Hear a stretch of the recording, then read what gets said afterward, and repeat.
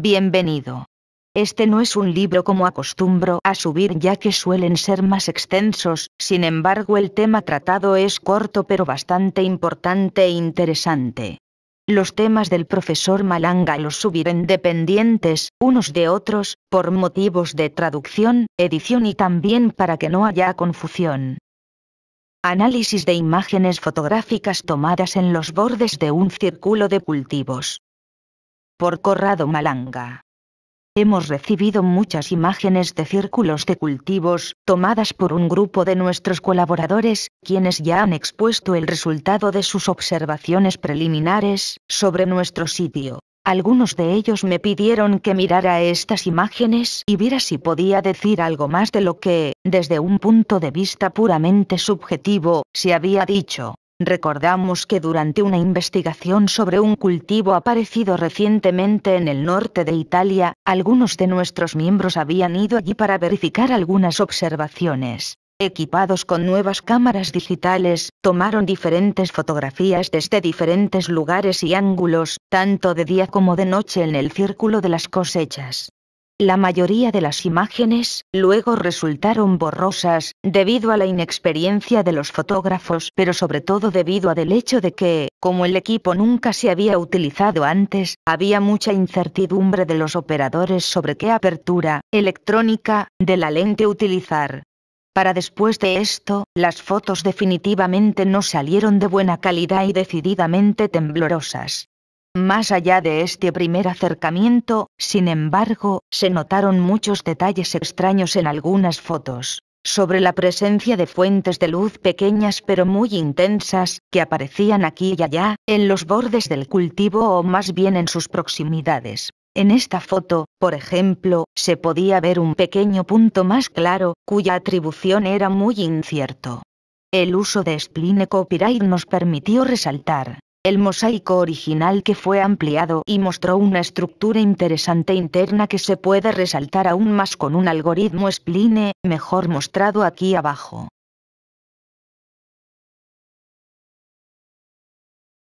El programa que utilizamos es una versión demo y estrictamente gratuita, como todos recursos que tendemos a utilizar. También podríamos haber eliminado electrónicamente los carteles publicitarios encima de nuestro trabajo, pero no lo hicimos específicamente porque estábamos en contra de la piratería de programas de software. Incluso en otras fotos aparecieron los mismos efectos de luz que podemos ver fácilmente. Verificar a partir del análisis de estas otras dos muestras.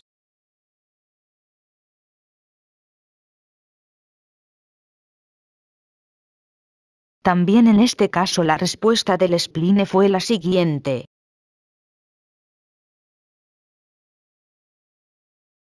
Pero veamos otro ejemplo más de este extraño fenómeno encontrado durante la toma de fotos durante el día.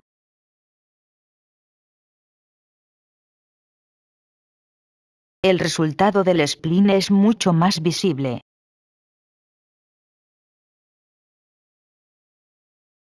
Se trataba ahora de dar respuesta a algunas preguntas iniciales que podríamos formular y son las siguientes. 1. ¿Son las formas luminosas fotografiadas, inexistentes o por reflejos o por errores de exposición o debido a un mal funcionamiento de la cámara digital? La respuesta es negativa por varias razones. En primer lugar, las tres fotografías propuestas enmarcan una fuente de luz 3 veces, en la misma área espacial. Las fotos se realizaron casi al mismo tiempo, como se puede observar en el análisis de la intensidad de colores de píxeles con el cielo. Es impensable que el defecto fotográfico se encuentre en 3 fotografías tomadas a una distancia espaciotemporal cercana con una máquina que luego no reproduce cada vez más el fenómeno y sobre todo que es electrónica. Los reflejos de cualquier cosa son a descartar tanto por las 3 posiciones diferentes que asumen las luces, durante 3 planos, como por la intensidad luminosa de los píxeles correspondientes a los 3 puntos luminosos, colocados tal como están evidente a gran distancia del objetivo. 2. ¿Existe realmente la fuente de luz o es una broma de la cámara electrónica? La fuente de luz realmente existe porque la imagen borrosa de las 3 tomas fotográficas muestra cómo se mueve la fuente de luz siguiendo el mismo movimiento de la persona que sostiene la propia cámara. Esto significa que lo que produce la forma luminosa está colocado fuera de la cámara y no es parte integral del equipo.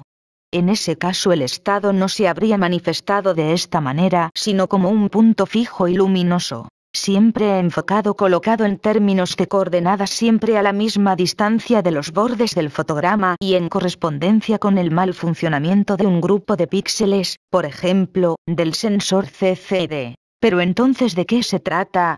Se trata de fuentes de luz casi puntuales, de pequeñas bolas, se podría decir de manera no rigurosa, quieto o en cámara lenta en comparación con el movimiento de la persona que lo sostiene de manera inestable, la cámara en la mano. La forma de los caminos luminosos de los 3 puntos no corresponde a la forma de la cosa luminosa fotografiada, que en realidad, tal vez, sea siempre lo mismo, pero, como ya se ha subrayado, al movimiento de la lente, durante la toma con un tiempo de exposición prolongado. Durante la noche se volvieron a tomar más fotos sin darnos cuenta de esa hora. La exposición fue demasiado larga. Si bien esto ha producido algunos problemas para identificar bien la forma de la fuente de luz, por otro lado, nos permitió hacer más observaciones interesantes que de otro modo no habríamos podido hacer. Las fotografías nocturnas fueron ecualizadas con el algoritmo CorelDRAW y posteriormente analizados mostraron lo siguiente.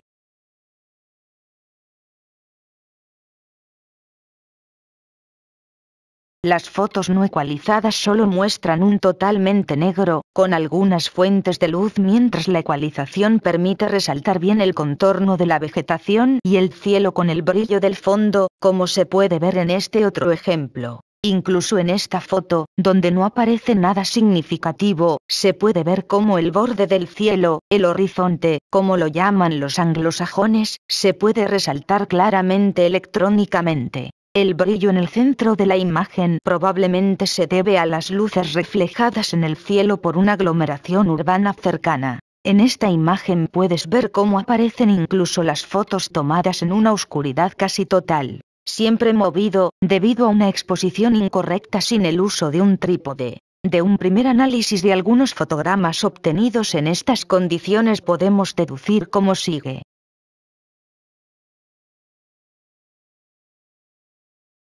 También en este caso, como en las fotos diurnas, hay fuentes de luz tanto en el cielo como encima y debajo del horizonte, de diferente intensidad de luz y diferente color y tamaño.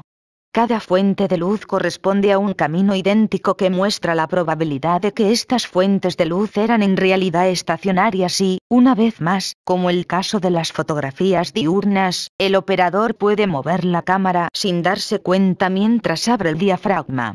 También hay que subrayar que algo todavía no encaja perfectamente porque, de ser así, al analizar los objetos y el horizonte de fondo, no parece que, en algunos casos, sea igualmente movidos, como las fuentes de luz, incluso si, según los datos que poseemos, no puede excluirse totalmente. En este caso las fuentes de luz podrían moverse aunque sea ligeramente entre sí, pero de cierta manera integrales, es decir, atadas a un punto que las mantiene mutuamente fijas. Otro aspecto de todo el asunto es el hecho de que las fuentes de luz son realmente muy brillantes, y haber apoyado a los testigos del evento que, durante las tomas fotográficas no eran visibles, y como había al menos 3 presentes, hay que decir que parecería imposible obtener respuestas con una intensidad lumínica tan alta de los puntos en movimiento. Por incorrecto que haya sido el tiempo de apertura de la lente, el sujeto quien tomó las fotografías solo pudo haber aguantado por una fracción de segundo, la cámara casi inmóvil. La variación en la intensidad de la luz de los trayectos de las manchas indicaría una diferente velocidad de movimiento a lo largo del tiempo, que bien pudo haber sido producida por el operador durante los disparos, sin saber que tiene una cámara en sus manos con exposición demasiado larga. Las manchas, más allá del horizonte, son menos intensas que las demás y de diferente color, rojo-naranja, y podrían pertenecer a objetos celestes, planetas, estrellas, ya que no hay luces ni fijas ni móviles en el cielo en esas direcciones. Además, como también se puede ver en algunas otras fotos que informamos a continuación, detalles que hemos destacado, que las luces, o mejor dicho algunas de ellas, se caracterizan por propio movimiento. Es decir, además de haber estado filmadas con la lente abierta durante mucho tiempo, quizás un segundo, en esas situaciones también se movían de manera diferente entre sí. Este ejemplo de ecualización resalta el camino de dos formas luminosas, que son coherentemente integrales solo en una primera aproximación. De hecho, como puedes ver, si superponemos el punto izquierdo al derecho, los caminos brillantes no son superponibles en absoluto. Además, los dos puntos de luz y cualquiera de sus movimientos rápidos son inconsistentes con la difuminación del horizonte, para demostrar inequívocamente la presencia de un movimiento rápido y casi coherente de los dos puntos entre ellos. Sería un movimiento en el espacio, mucho más rápido que el movimiento que realiza el operador que produjo la foto. Tendría que haber movido la cámara sin darse cuenta durante la toma. En este caso particular también podemos resaltar fácilmente el hecho de que no hay nadie detrás apoyando los puntos, como se puede ver fácilmente cuando los propios puntos ocupan una posición sobre el horizonte.